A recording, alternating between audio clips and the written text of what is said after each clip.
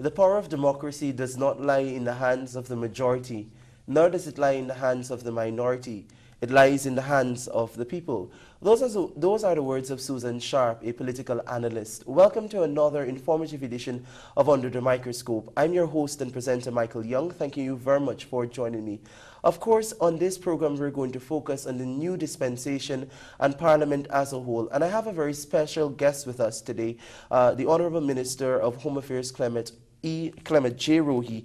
He's going to be discussing with us several issues with respect to the home affairs sector and the no confidence motion that was brought against him by the main opposition party, the APNU, in collaboration with the Alliance for Change. Minister Rohi, welcome to Under the Microscope.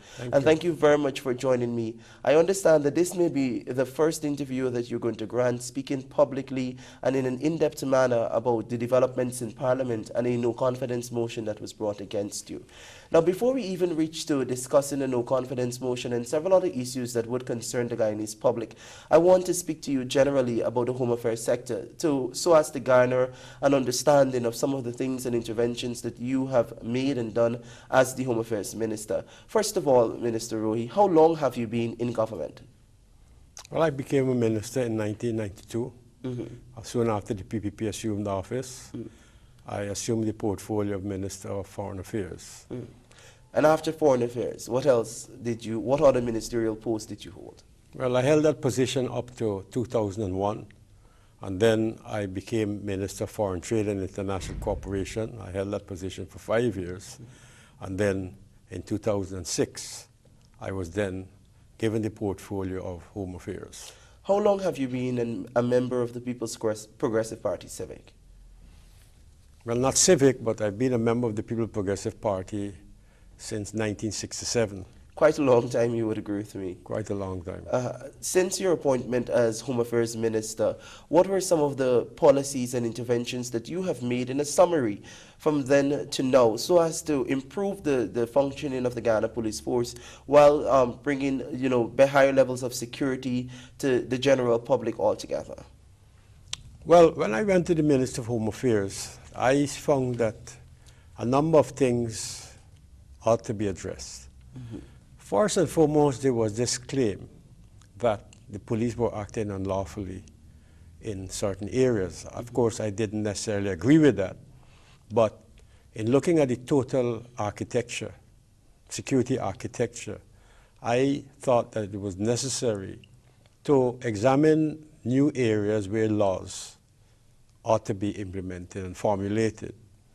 So during that period, in the first term from 2006 to 2011, more than 14 new pieces of legislation were formulated, laid in the National Assembly, and passed, many of which are currently being implemented. Among them, for example, is the traffic laws, some very significant traffic laws, such as the use of cell phones while driving under the influence of alcohol, loud music being played in public transportation, and a few others that came subsequently. The more hard laws that I would describe them would be the Intercept of Communications Act, which has to do with the listing in to conversations of persons with the permission of the court. And there were other pieces of legislation to treat with criminalizing certain activities which in the past did not exist. So I believe that these 14 pieces of legislation, anti-crime legislation as they would call it, brought significant changes in the security sector and give to the law enforcement agencies, particularly the Guyana Police Force, the legal authority to act in situations which in the past they couldn't act because they didn't have the laws behind them. Now, Minister, I'm aware that you are a writer. I'm aware that you have published several pieces of work with respect to both the legislations that you spoke about and your own experiences as a political leader within this country. Now, generally, what were some of the fundamental challenges that you faced while trying to implement the policies that you thought were necessary for the entire sector? The challenges are numerous. First and foremost, it requires patience, it requires a lot of tolerance, it requires a lot of dialogue with the law enforcement agencies, because even though the minister has the power under the Act to give general directions and orders to the Commissioner of Police, the way I work is to sit with the Commissioner every Thursday, every Wednesday, sorry, every week, and we would discuss matters, what is required in the security sector, how they ought to be implemented, what would be the mechanism that we would use to ensure not only implementation but sustainability. And that I would do with the Chief I Officer, I would do that with the Director of Prisons, I would do that with the Commissioner of Police, the head of KANU. And for the entire Wednesday during the day, we would dedicate time to that. So the challenge there is to be able to take the sector along with you. And for that to happen, it means that you have to spend an enormous amount of time trying to convince. Mm-hmm. Of course, you can give a direction, you can give an order, but I feel it's better to have a buy-in by the law enforcement, from the law enforcement agencies. Further to that, because we've been putting a lot of emphasis on community policing, it requires going out quite regularly into the communities to encourage persons to give voluntarily to community policing so as to support the efforts of the police. And that's been working. And that has been working. One of the major challenges that I found when I went to Home Affairs is that the police lacked a lot of assets, boats, vehicles, motorcycles, a lot of sophisticated equipment to assist them with crime scene investigations, and so many other things. And if you examine the budget over the past years, insofar as the police is concerned, you will find that it has been increasing year after year. Mm-hmm. Now, it's not just a question of purchasing vehicles for the sake of purchasing the vehicles or motorcycles and so on. When we do that because we make a close examination of every police division, of every police station, because you would get complaints from time to time from the public that they call the station and they said they don't have a vehicle. Yeah, I know. Or there's no motorcycle, or there's no means of transportation whatsoever. So we do a very scientific breakdown of what exists and what does not exist in each police division. And on that base, in other words, we do targeted programming in respect of assets to assist the police force in carrying out their duties. Now, Minister, you've been a member of Parliament, I'd want to believe, for the last 20 years or so. Tell us about your parliamentary experience pre-2012. Obviously, there would have been different trials in the Parliament. There was the 9th Parliament, the 8th Parliament, and I know there are lots of things that would have happened there that you can probably summarize for us rather, the culture of that Parliament before we even seek to understand and analyze the new dispensation. Well, that's a very interesting question, because when I went to Parliament, we had different presidents. Yes. We had Dr. Jagan first, and first of all, let me say that before we assumed office in '92, we had been making we had been carrying out a struggle for Parliament to be a truly deliberative body, because what had happened under the previous dispensation, which is the People's National Congress administration, was that Parliament was being used merely as a rubber stamp to bulldoze bills, motions, whatever their whims and fancies could be, through the Parliament, without any regard whatsoever for the views of the opposition that we were at the time. And so there were certain incidents in Parliament in view of this grotesque situation, which we protested, that resulted in the Speaker taking certain actions, let's say against Dr. Jagan, who was gagged until 1992 when we won the elections for a significant amount of time. So when he became the president, a wind of change swept through the parliament.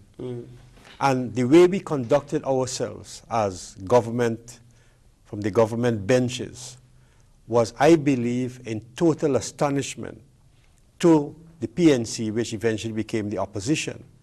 Because we never, at any given point in time, sought to use our majority in a way that it is being used. There were always consultations. We were the government that introduced the changes in the National Assembly, the setting up of committees, the setting up of select bodies, the setting up of parliamentary management committees. We were the ones that made these changes to the parliament. And we did that out of our commitment to the fact that Parliament must be made a truly deliberative body in which both government and opposition must sit together to sort out issues before it comes to the full House. So I would say that first period during Jackman's time was very, very interesting and transformational. And then, of course, we had Sam Hines, we had President Janet Jagan, we had President Bar Jagdeo. Jagdeo brought new energy, so to speak, to the parliament and the changes that he wanted to see. In other words, whatever changes we adopted in the National Assembly, it had to do with not only energizing the work of the Assembly, but also making it continue to be a deliberative body as well. I have never sat in that parliament and seen the type of behavior. In retrospect, I've never sat in the parliament and seen the type of behavior that I'm seeing now. Even though we had a majority, even though we had a majority up to 2011. Well, now you have a minority in that National Assembly, not a minority with respect to the amount of seats that the PPP has, because the PPP has 32 seats. Yeah. But the combined opposition, they have one more seat than your party. Now, in that parliament, the culture has changed significantly. The majority has taken a different posture, you would agree with me, and some of the things that are being implemented and piloted in the parliament using the majority has caused the ruling party lots of concern and stress. Now, that is a fact, because in all of the media reports that I have examined, I would have seen the party speaking out against different things, from the appointment to the Speaker, to the appointment of the Parliamentary Select Committee, to the appointment of all of the subcommittees that would follow. And then I saw the Chief Whip for your party recently, Gil Teixeira, speaking about parliamentary conduct. Now, you're in that parliament, and what do you say about the new dispensation that was muchly touted and spoken about before you took office in 2012 again as Home Affairs Minister, and before you went to have your seat in the Parliament next to the Prime Minister?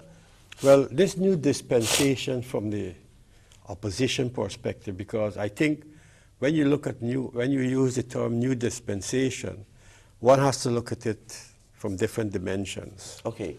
Now, the new dispensation for us in the government is we recognize that the opposition has one seat more than us, and therefore they are in the majority.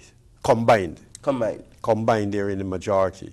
So they can combine their forces to defeat any bill, and as we saw in the last budget, to trim or introduce deep cuts, in whichever area they would wish to do in the budget. So we've seen that. That is a fact.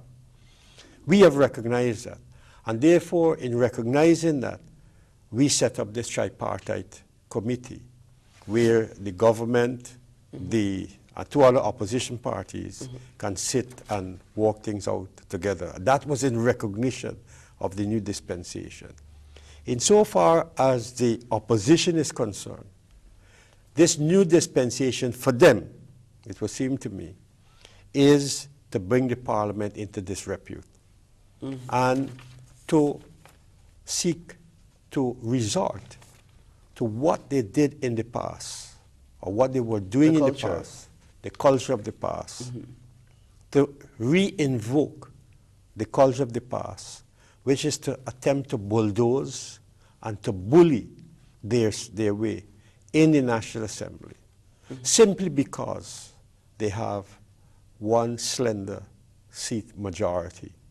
It seems to me that if you look at this thing rationally speaking, if I have one seat more than you, it means I have an advantage. And in a situation like Parliament, if you have an advantage, it doesn't seem to me that you must use that advantage always to the detriment of national development, because that is what the Parliament is there for, to advance national development. It has to be in the social sector, the economic sector, or the security sector. They are bent on projecting to their supporters, because I think this is where the message is coming from. They are bent and determined to project to their supporters that, look, you gave us a majority in the House, and we will teach these people, we will show these people that since you've given us this majority in the House, that we will use it in accordance with your wishes. Now, these people are leaders. They are. They're leaders. And therefore, leaders ought to demonstrate to their supporters that, look, this is a matter that is before the House that requires mature leadership. Rather than doing that, they are behaving in a manner that I believe will bring them, not only the House, will bring them into disrepute and will cost them seats in the next elections. I started the program, Minister, by speaking about a quote from Susan Sharp, in which I alluded to the fact that she said that the power does not lie in the hands, or well, the power of democracy does not lie in the hands of the majority, and she disagreed that that same power lies in the hands of the minority.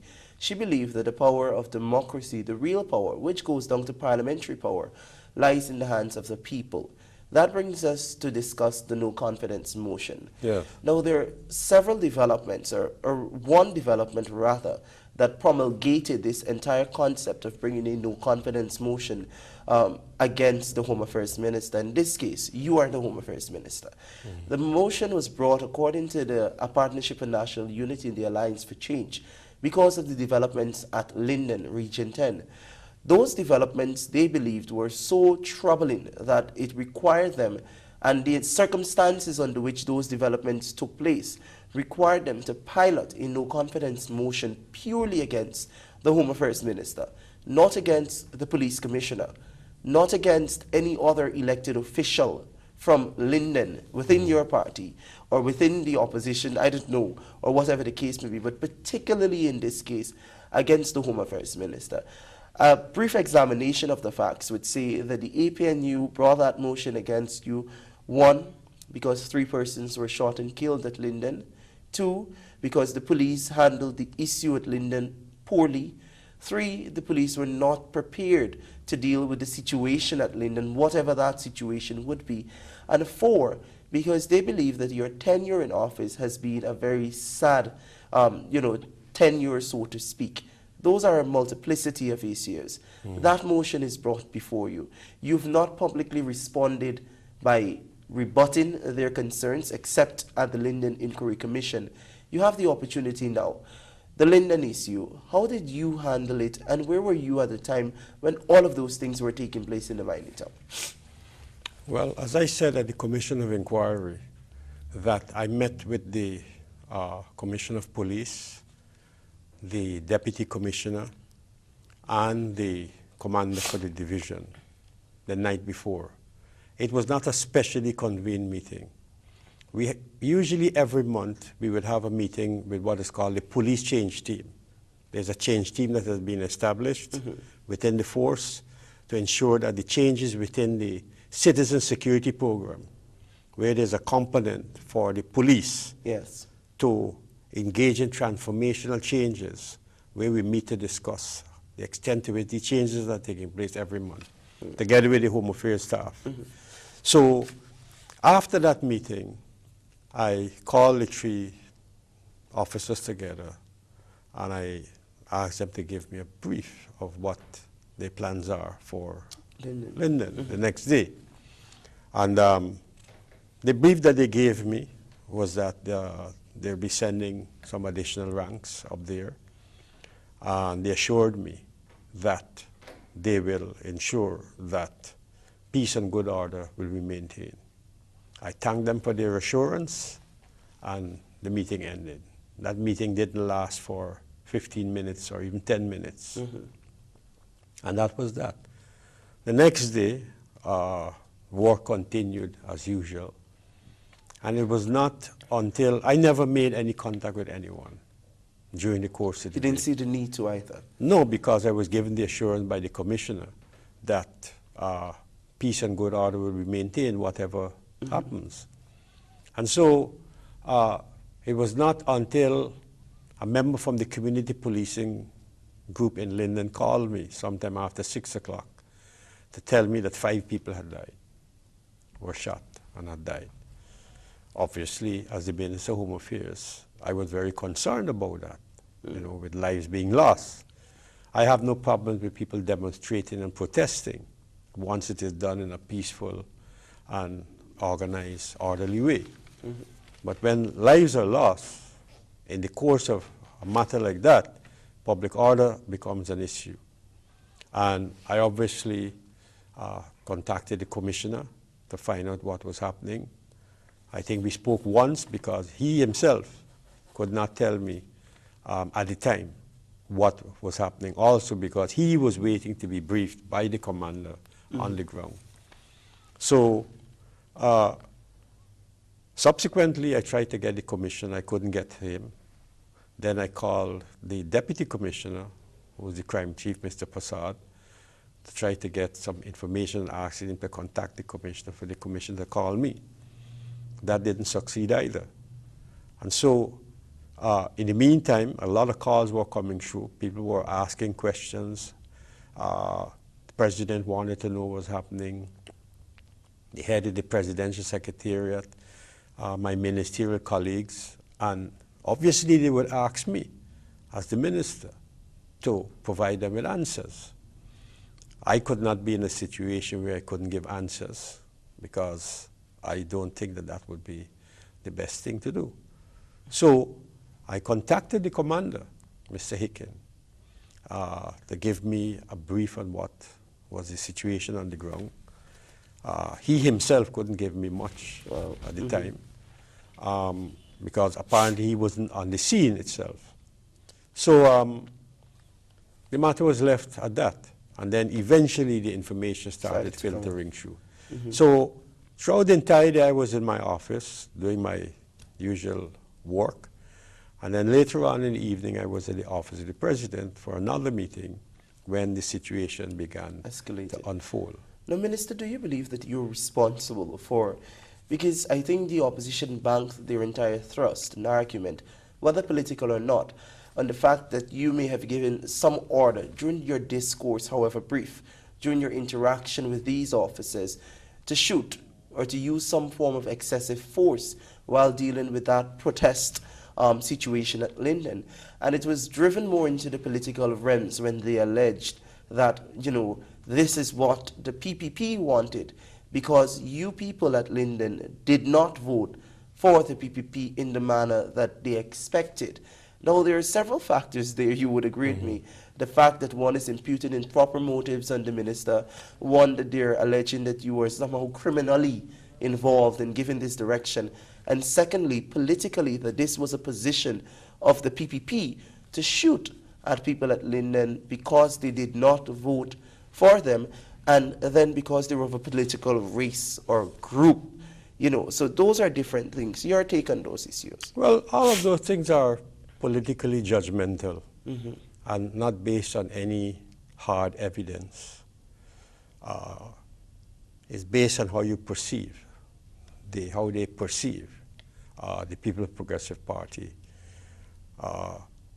The issues that there is, I think, are based on a lot of misconceptions, false premise, and I think the report from the Commission of Inquiry, when it is eventually published, will show that all those things, as I said, were basically political judgmental issues. It's almost impossible for me to give an order like that, because that's basically an operational issue. And a minister of Home Affairs, irrespective of which part of the world he may be, should not, ought not, and by law is barred from giving those kind of instructions to an operational or a police operative that's on the ground. Shoot who? Shoot what? Shoot what? I mean, those are impossible questions for a politician to deal with. And I've never gotten myself involved in police operational matters. My position is to deal with policy issues and to have, as I said before, to discuss those matters with the commissioner whenever we meet. Operational issues of the type that took place at Linden are left strictly to the police. Mm-hmm. The no confidence motion came after the Linden incident, and somehow the opposition believed that they could have removed you off, from the onset from that position by simply piloting this new motion using their parliamentary power, seeking to remove you completely from that seat. What were your thoughts when that motion came? Yeah, you see, you have to understand the context in which that no confidence motion came. Mm-hmm. Granger came to a meeting with the president and said that, in his view, the situation in Linden had moved from an economic to a security issue. Now, Mr. Granger prides himself in being a security expert, and he feels that's where his forte is. By moving what he considered to be an economic matter, meaning the rates issues. Yes. The charges, increased rates for electricity in Linden, which is an economic issue, to a security issue. He cleverly sought now to bring this issue into his domain. Yes. As the so-called security expert. That was the first step. And then he began to talk about the position of the police and, raising a whole host of security-related issues. But there was another interesting thing that was taking place at the time, which a lot of people lose sight of. Remember, the People's National Congress was at the time preparing for their Congress. Yes. And the election of a leader. Am I right? Yes, you are. Good. And Granger was one of the candidates to be the leader of the People's National Congress reform. Greenwich was also one of the candidates. Now, to be the leader of a party, especially a party like the PNC, you have to show that you're strong. You have to demonstrate that you are capable of doing something which none of the other previous leaders did. And so Granger, at that time, used that opportunity to demonstrate to his people, or those who he wanted to vote for him, as a strong person. Yes. And as a person that really should be given the mantle of the leadership of the party. Greenwich was basically a weakling. He worked in the ACP, he lived for a long while in the Netherlands, and he's totally disconnected.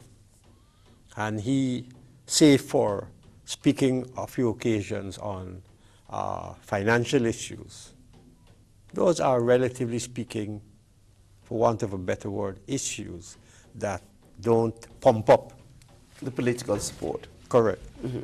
So that was the political context in which that no confidence motion was brought. It was all a sham, and they knew that. They knew that this no confidence motion had nothing really to do with Rohi giving instructions. It had nothing to do with that. All it had to do was to raise the profile of Granger with the impending Congress so as to make his profile become elevated to win votes at the Congress. And that is why you are seeing so many inconsistencies along the way. And that is why in the Commission of Inquiry, you saw inconsistencies between Basil Williams and Nigel Hughes. On the one hand, Nigel Hughes was saying that you acted in a manner which you should not have acted. And on the other hand, Basil Williams is saying you did not act in the way you should have acted.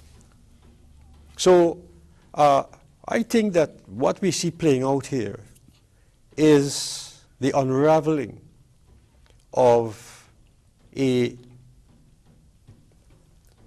act, a political act, in the form of a no-confidence motion that had no firm groundings in the truth, had no firm groundings in the truth, but had everything to do with Granger's election to the leader of the People's National Congress Reform. Now, that happened, the motion came. The speaker in this case here allowed the motion on the order paper. Yes. It was debated feverishly. Almost, I believe, every member of the People's Progressive Party, civic as is expected, took the stand to plead your case, obviously. And they spoke pointedly as to their beliefs, given the context in which the motion was crafted. The motion was passed. It was expected that the motion would be passed, given the culture that existed from the beginning of this new dispensation with the attitude of the opposition, political opposition, I would want to assume. After it was passed, the opposition launched a crusade where they went into communities and sought to, again, defame your character as Home Affairs Minister, bolstering some sort of support on the ground and among their grassroots people who were totally delinked from the connection between the no confidence motion in you and the fact that the events unfolded at Linden, and the police somehow were also significantly undermined in a sense that they were painted as rude, cruel, mean persons who don't seem to think and act correctly in any given situation. And then we saw the parliament taking or reaching its low.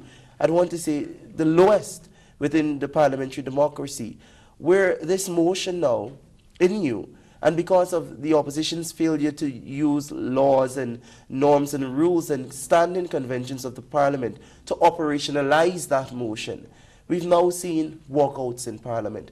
We've seen the wastage of $1.7 million or more when sittings come to a premature end. We've seen parliamentary gridlock. We've seen the opposition take a posture that says Rohi must go or the work of the country must not continue. And so these are all things that President Donald Ramotar said that he did not want to occur under this new dispensation. These were things that the PPP said that they would ensure that they seek to compromise with so as to not have us go down this path which was expected in any minority situation. Minister, you seem to be attracting all of the media attention, locally, regionally, and internationally. All of the eyes of the Guyanese people are on the parliament, and while lots of people are disgusted by what they're seeing unfolded in the parliament, I'm sure that this motion has had you, has affected you both personally and as a minister in different ways. Share with me some of your thoughts and perspectives as you go through this trial, which I believe is only human.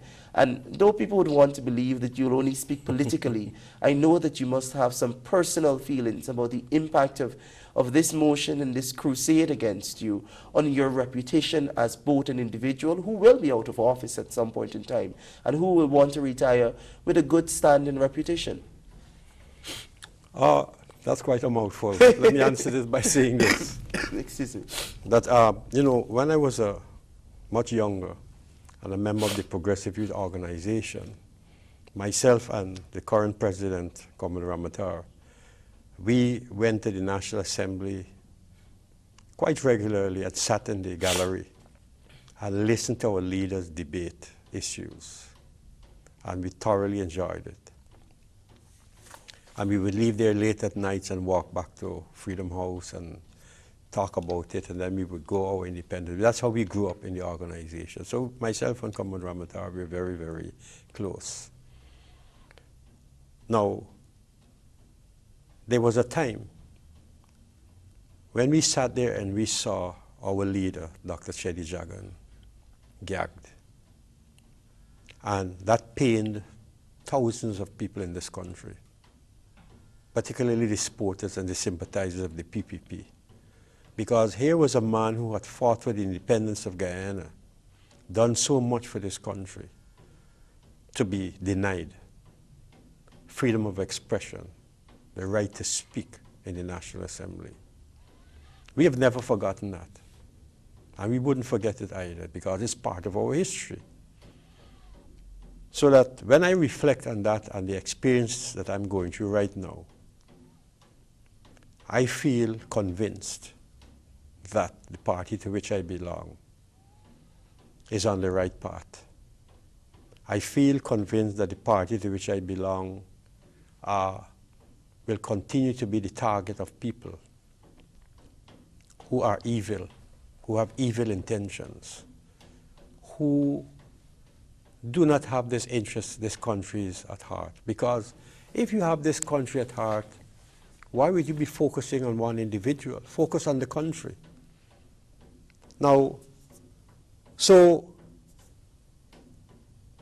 first it gives me a tremendous sense of understanding our history, this experience that I'm going through. I'm able to reflect quite a lot on the experiences, even though it's current. But I can say one thing, that it energizes me. I do not feel any sense of, I do not feel despondent. I do not walk around as though I have a burden on my shoulders.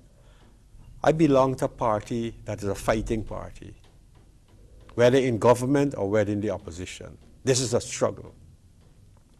We have always maintained that you have to struggle to get in government and you have to struggle to stay in government. I've always maintained further that Parliament is not a Sunday school. Parliament is a forum for political struggle, for the battle of ideas. Who has the best arguments, who can marshal the facts, who can organize the statistics and translate them into convincing arguments. And that is precisely what my colleagues and myself, we seek to do in the National Assembly. So what is happening right now is helping to energize our parliamentarians, make them develop a greater sense of focus. And I want to make this point, that we are not fooled by the antics of the opposition. We are seeing through them every time and all the time. Granger is no different from Burnham. Granger is no different from Hoyt. Granger is no different from Corbyn. He represents a party with whom we've struggled with for decades. We know the beast. Irrespective of who's at the leadership of that party, we know the animal that we're dealing with. So irrespective of the person who's at the top of the party, irrespective of the maneuverings and the deceptive type of politics that they engage in, we have been through that for decades. Now there are many new leaders in the party, in our party, who may not have that history coming through all the annals, so to speak. But we have some very, very bright young people who are ministers of government, who are parliamentarians, and who, just like me, are able to make a very sound, critical analysis of what is taking place and to understand the direction in which the APNU is taking this parliament and this country. So I don't think we don't understand what is happening. We have a fairly good understanding and appreciation of what is taking place and what the APNU is up to. So Granger can't do better than Barnum. He can't do better than Hoyt. He can't do better than Corbyn. Because, I think as you pointed out, the culture, the political culture, and even though Mr. Rupnarain from the AFC APNU is within the, is from the WPA, is in the APNU, he's now caught up in a maelstrom of this type of politics.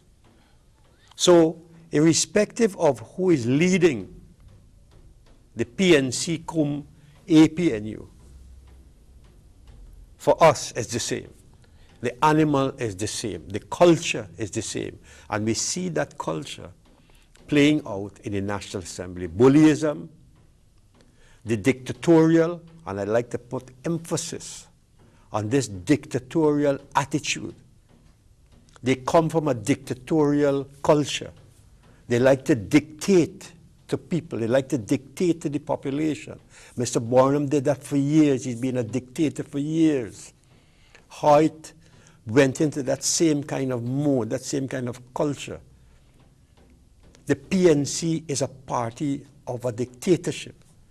And irrespective of the fact that they have new people coming in, they come with the same culture. And that culture is going to take decades for it to be dismantled. And so Granger is at the leadership of a party that, culturally speaking, politically, culturally speaking, their bones and their sinews, and even if I have to say like Edgar Mittelholzer, their bones and their flutes are characterized by dictatorial methods of work. Now, the Speaker's ruling yesterday, Minister Rohi, has created last week, has created lots of controversy within, not only in the minds of Guyanese, but academia as well, and other persons who understand parliamentary politics.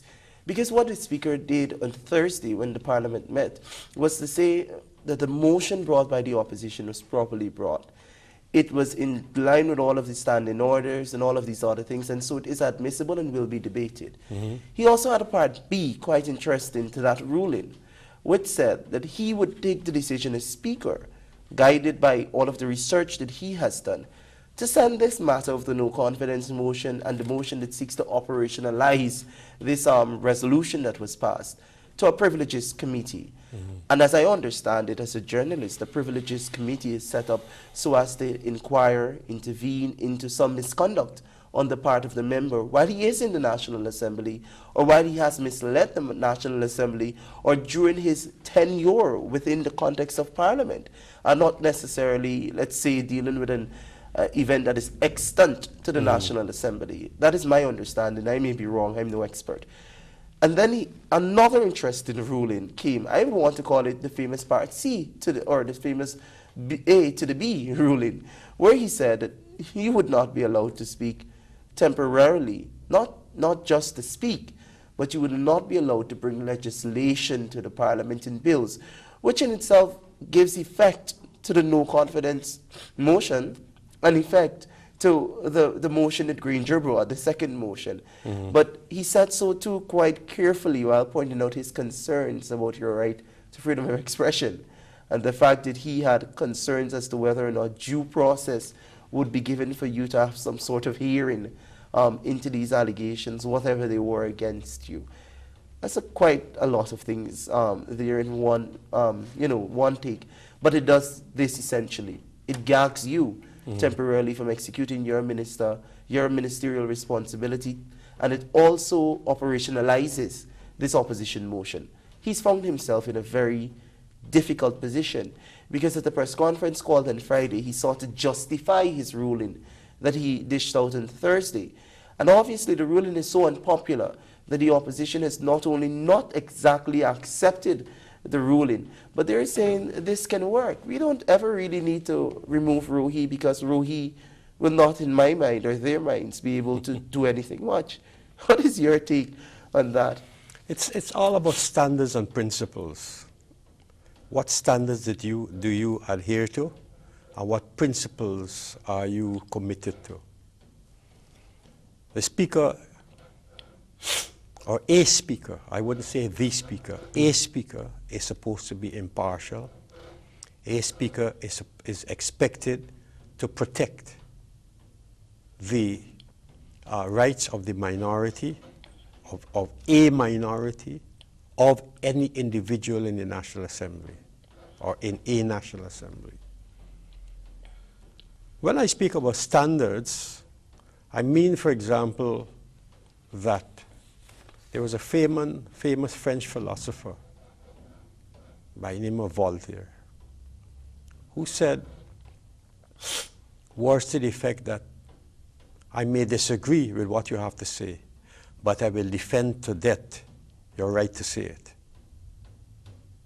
Now, not many people can hold to those high levels of standards and morals. I agree fully with that. I may disagree with what you say, but I will defend to death your right to say it. In that statement is enshrined in our Constitution the right to freedom of expression, freedom of speech.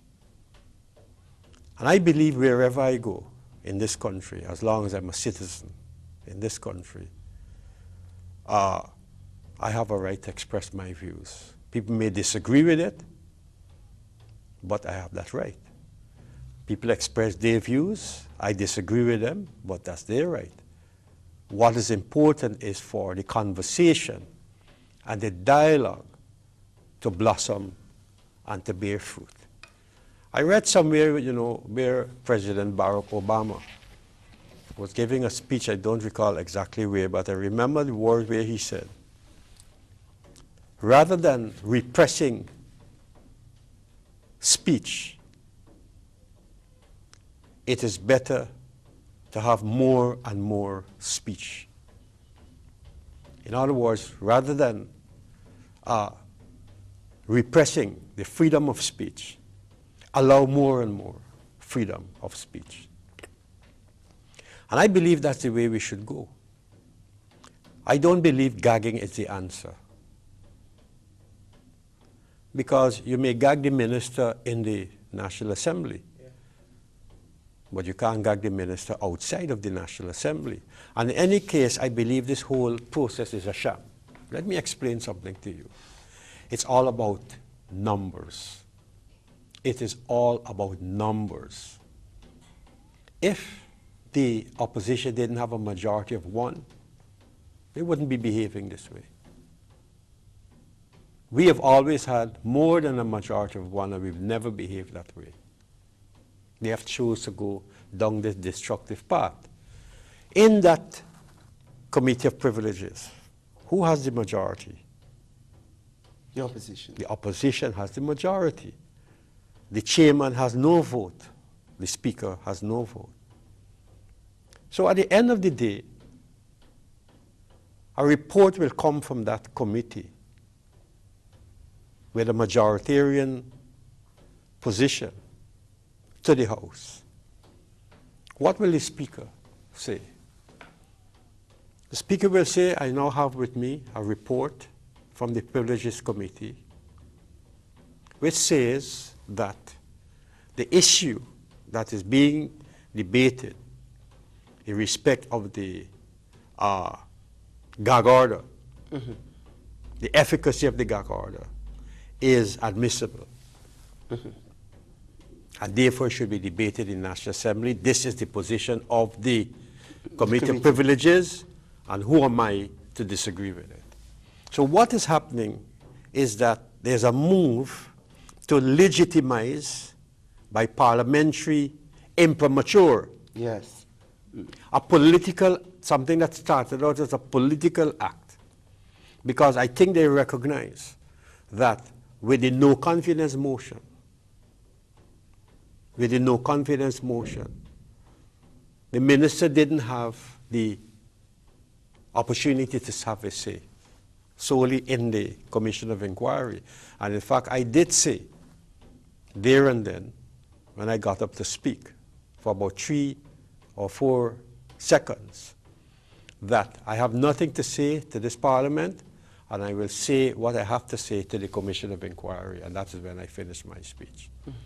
So, a majoritarian report, where they have the majority in the Privileges Committee, will come to the House. The Speaker will say that I now have the views of the majority, or the views of the Privileges Committee, which has been influenced by the majority, and he will allow it to go through.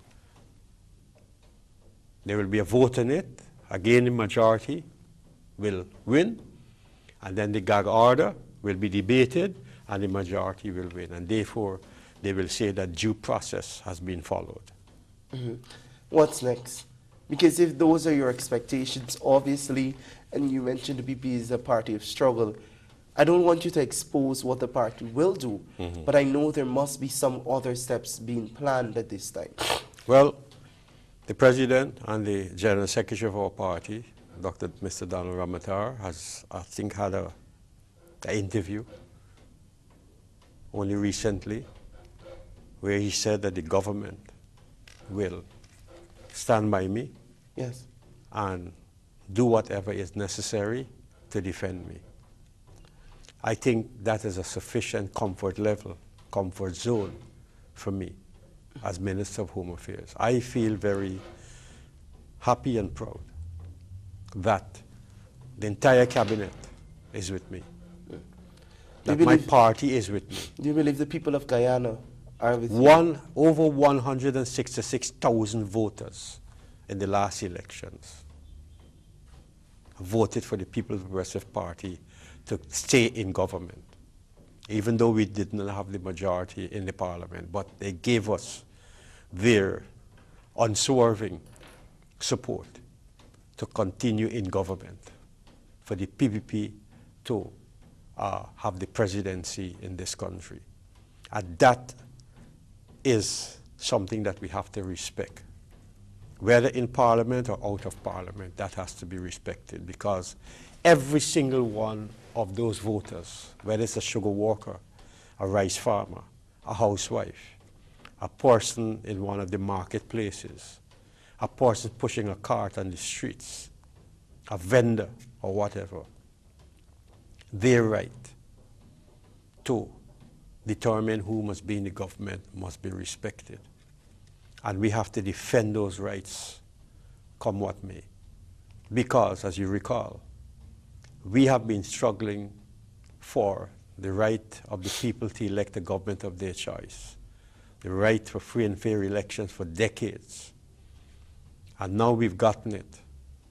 We're not going to allow bullies, political sycophants, because you mentioned that some of the people that ought to be speaking on these things aren't speaking. That is because Mr. Granger's arrogated to himself that he is the sole spokesperson in Guyana on security matters.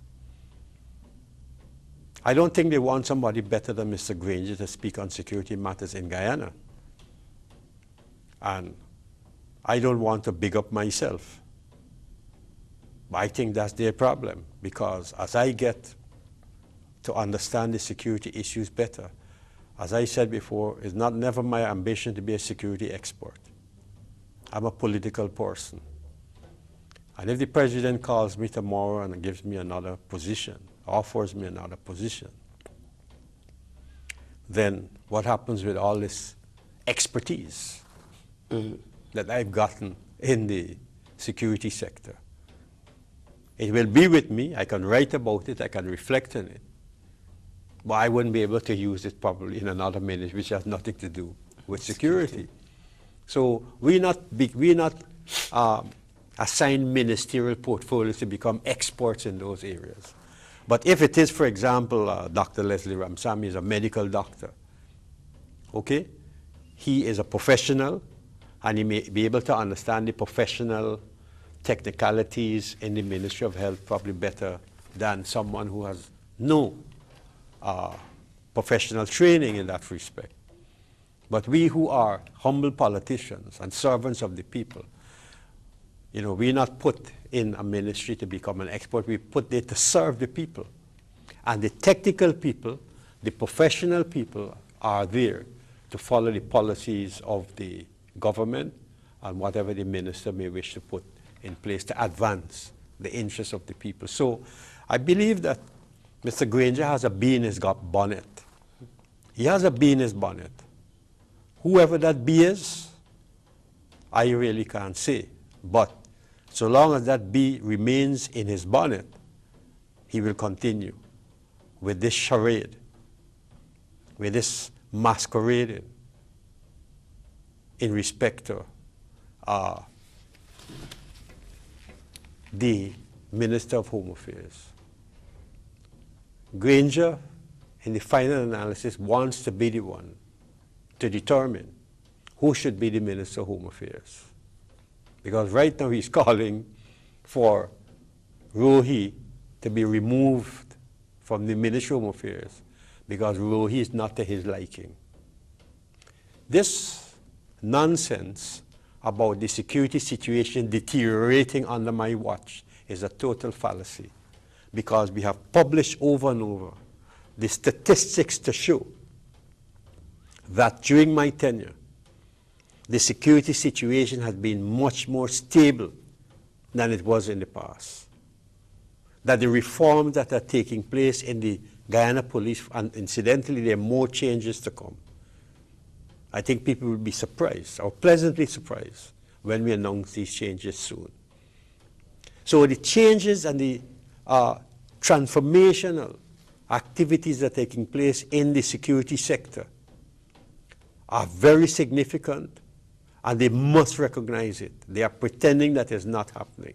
But Felix knows it is happening. Harman knows it's happening. Granger knows it's happening. They have intelligence. They can't tell me that they don't know what is happening, because I know they have sources of information that provides them with the details. So they know what is happening, but they have a political agenda. And the political agenda is far beyond Clement Rohi. The political agenda is to destabilize the political situation in the country, using the parliament to do so. Now we have to prevent that from happening. We have to prevent this destabilization from taking place. We did it under Haidt. Haidt said that the government was not going to last more than 100 days. He's going to destabilize the country. Is Granger better than Haidt? Granger believes he's such a brighter person than Mr. Haidt. Does Granger believe that he is a consummate politician that can do better than Burnham, Haidt, and Corbyn? I have serious doubts about that, because I think I've been longer around in politics than any one of those currently sitting now in the opposition benches.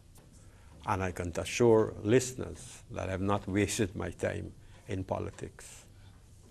I've not wasted my time in politics. I'm not boasting, but I think I have a fairly good appreciation of political events, political developments, how to anticipate them intelligently, and gratefully, we have a party.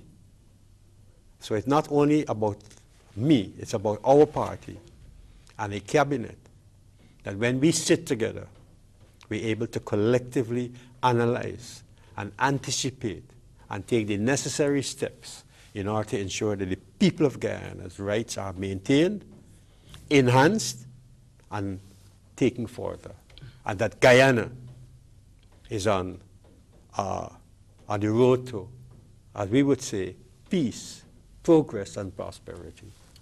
Well, thank you very much, Minister Rohi, for joining me on the Under the Microscope show. I know we've delved into lots of issues that you've not previously spoken in, and quite interestingly, you addressed the no confidence motion against you in such a short period of time, but in a very significant manner. And I think that this program is very interesting for the simple fact that persons will be able to understand the new dispensation from your perspective, one, as a long-serving member of the Parliament, as the minister who is the direction of all of the political articulation and rhetoric and motions at this point in time that seek to remove you from office.